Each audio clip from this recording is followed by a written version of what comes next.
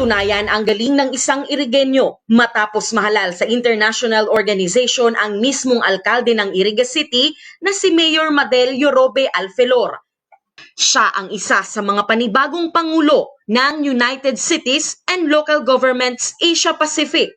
Ang UCLG kasi, these are, kumbaga, parang ano yan, League of Cities of the Philippines.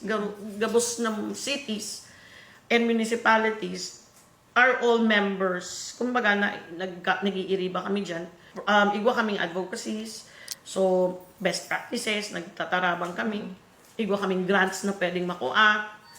Friendship lang from cities. Dakula ako na bagay. Like, friend ko sa Sian City. Friend ko ang Guangzhou City. So, during the disaster, sindaman ang mga nagtarabang. Tapos, igwa kitang pwedeng makuha ang grants from EU, grants from Bloomberg, from Mayor's Academy, igwa man yan mga advantages once you're a passer of the Mayor's Academy, you can actually apply jobs from United Nations sa United Nation or other international organizations. So, dakulan na benefits. Kasama niyang nahalal sa pwesto ang mga lider mula sa iba't ibang bansa tulad ng China, Indonesia, New Zealand, Nepal at India. Si Mayor Madel ang representante ng Southeast Asia para sa nasabing organisasyon. You need nominations coming from at least 8 to 10 nominations coming from other cities na members.